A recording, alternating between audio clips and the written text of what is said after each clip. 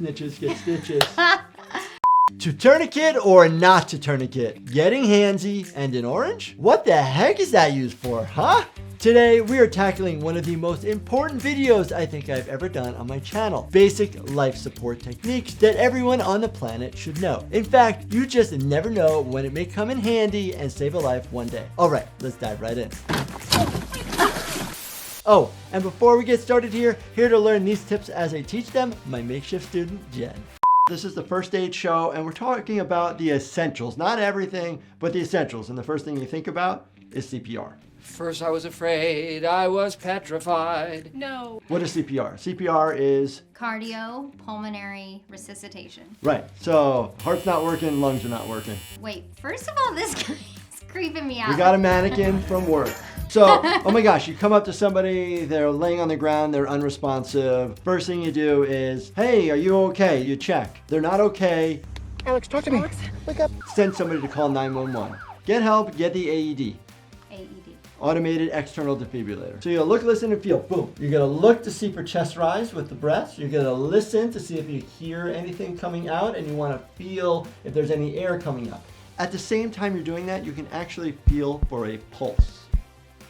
Feeling for the pulse is typically in the neck. You're feeling for the carotid artery. It is right next to the trachea here midline. If you are not trained in CPR, you're gonna do chest compressions only because it's super simple. There's already oxygen still in the body, so you just wanna circulate it. So you wanna do it at 100 beats to a minute. To do chest compressions, use the palm of your hands here, and you're gonna interlock your fingers like this. And then right in the middle of the chest and just between the nipples. You put your hand here. You don't want to put your hand across because you're displacing and putting energy into the wrong area. So the best way to do it is actually to lock out your arms, use your shoulders, and you're doing 1 and 2 and 3 and 4. Staying alive, staying alive. Typically in real life, when you actually do this, the chest wall will bend and sometimes ribs will fracture. Oh. But you're saving someone's life, so you have to do these things. The heart is protected by a rib cage. You need to get down far enough to compress the heart to squeeze blood out of the heart. So if you're just doing gentle compressions, it's not doing anything. Who wants to see her do it? I'm sweating. I'm so nervous. Push down with your chest. 1 and come on. 100 times a minute. Oh, Jesus. How often do you do this? Every day. We actually have automated machines at the hospital, almost like a plunger that suctions to the chest, wraps around here, and just goes. So another very scary moment, but a technique that we can talk about is a Heimlich maneuver. The Heimlich is basically abdominal thrust when somebody is choking. Most of the time, it usually happens at a restaurant, meat, cheese. These are common things that people choke on, and you'll see somebody like having trouble breathing. And sometimes they can't talk. The majority of the time, people are going to do this maneuver. If you're ever choking, do Right. that. Then you say, hey, I'm gonna do the Heimlich maneuver. Don't just like grab the individual. To do the Heimlich maneuver, you actually make a fist with one of your hands.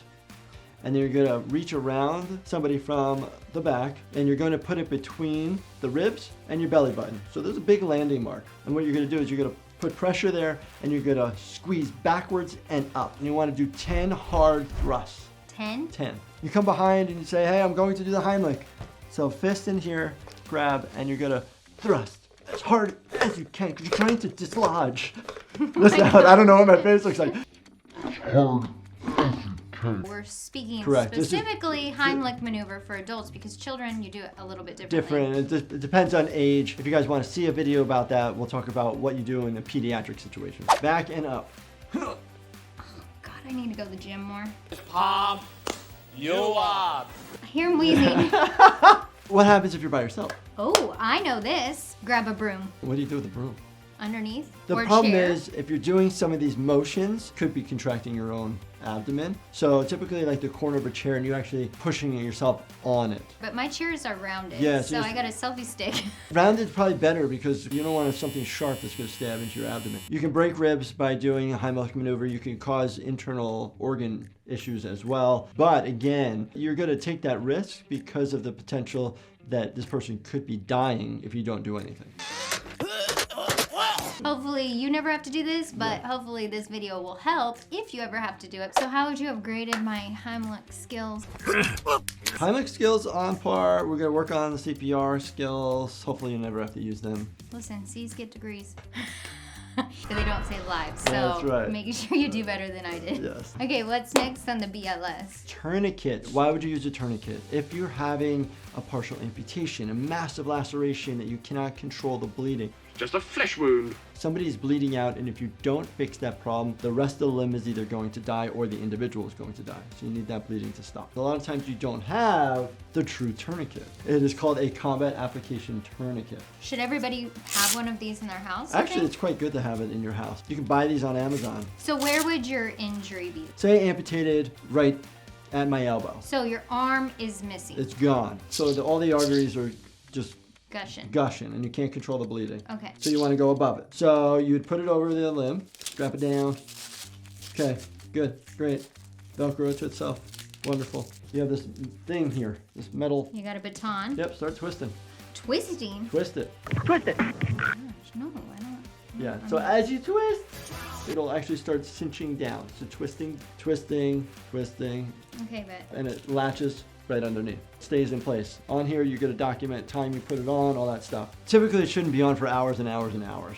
If you don't have one of these, a lot of people have belts. Now, if you try to put a belt on and you try to cinch it down, you're only going to be able to get the tightness of how tight you can actually do it, which won't necessarily be enough to compress the arteries. Not really the best choice. Something actually that's more like a fabric would be a better choice. See, babe, can you tie that on my forearm? Like, do you want just a do bow? a knot there. Great. And then you want to find something, I found this in the house, tie it again around that. Okay, super tight. You lock it down on there. You better lock it up. If you start twisting, woo!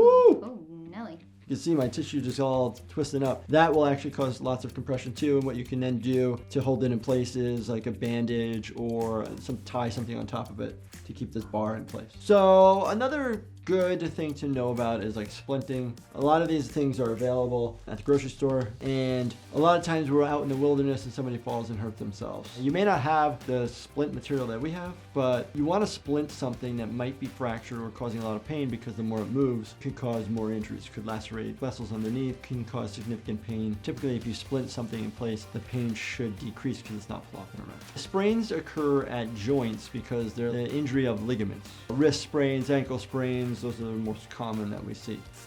And a piece of cardboard. Say she broke her arm, you just want to put something that's long and then just use this ace wrap to wrap around it. It's not anything special. Make sure that the Velcro is up though. I'll show you why at the end. You can have your patient hold on to your splint as well. You're not making this thing super tight. The reason why the Velcro needs to be up is because that way this Velcro is down so it attaches to itself. Feels so comfortable right now. So you can use a sling to immobilize the arm, the shoulder, the upper part of the arm so it doesn't move. We don't have anything that would necessarily fit, but do something like this. You carry your belly Yes. belly dancing Right. scarf. But literally you can have this kind of come across. Oh. So you can do it like here, and they're held up. That helps with humerus fractures, shoulder dislocations. So say you sprained your wrist, you start down here, kind of mid forearm. Sprained it in a sweet rollerblading accent. Right. So you can do kind of different techniques with ace wrapping. Just depends on what your purpose is. Are you trying to help with the thumb? You can do it in that direction. Are you just trying to stabilize the wrist? It's just to keep tension on it. It's also to help with compression. So you're trying to reduce the amount of swelling. Reducing the amount of swelling will decrease pain. I better use my strong hand.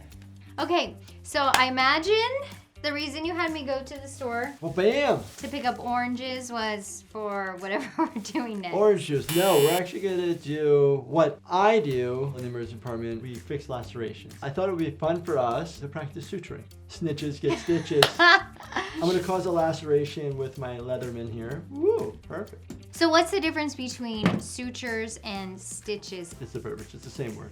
Samesies. My wife, Jen, has never sutured before in her life. I have sewn clothing before back in the day. This is just like sewing. So, needle driver, you have a suture.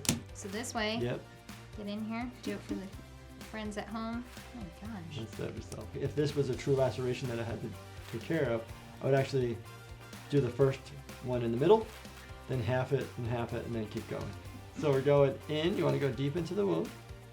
So you're going to then come back out the tissue. Now grab that end with that and pull it out. Don't you dare. Now what you end up doing is pull it all the way. The first one needs to do 2 knots. You see? Now that's a sewing finger, honey. Wrap one, wrap two. Okay, now take and grab your string and pull it through. Keep going. There you go. Okay, great. Okay, I don't hold know on, what hold I on, just did, hold on. magic. So the reason why you do two is because if you only did one, it won't hold itself. You're still alive, bro. Speed round. Wrap it.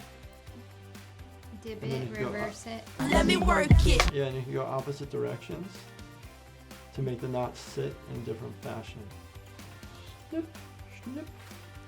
Pull through. Good. Oh, that was nice. Your And life done. has been saved, dear Boom. Orange. So there are multiple different types of techniques. The way to do it and the way not to do Yes, it. Multiple no. different techniques. You can do a running stitch, an interrupted stitch, a vertical mattress, a horizontal mattress, a locking running stitch, a subcuticular, all these different types of stitches. How long should you wait before going? Great question. Typically within 8 hours. Hurry, get to the there. hospital. The bacteria starts forming, cells start trying to heal themselves, and it just becomes more of a problem if you're outside of 8 hours. Luckily, I don't have to do your stitches for you. Yeah, You want to go to okay. people like him. How do you know stitches versus butterfly versus super glue versus something else? Let a professional make the decision. Oh, okay. If you want to see any more videos with us where we're teaching you kind of day in and day out techniques that are focused on medicine, let us know. Well, that he's teaching. I'm learning. Maybe don't follow anything I did. Watch his very closely. Maybe watch it twice. Yeah. But Share with your friends and family, because Yeah, who yeah. knows, it might save somebody's life one day. Also, check out my new supplement company called Life Happens. Incredible new health products that I've developed for you for years. Energy and focus, occasional stress support, a clean sleep aid, hydration help, you name it. Check out the website. I'll link to it. Life Happens. And if you enjoyed this, definitely check out this playlist right here. And as always, please make sure you subscribe, turn your bell notifications on, and hit that like button. Thanks so much for watching. Stay healthy, my friends.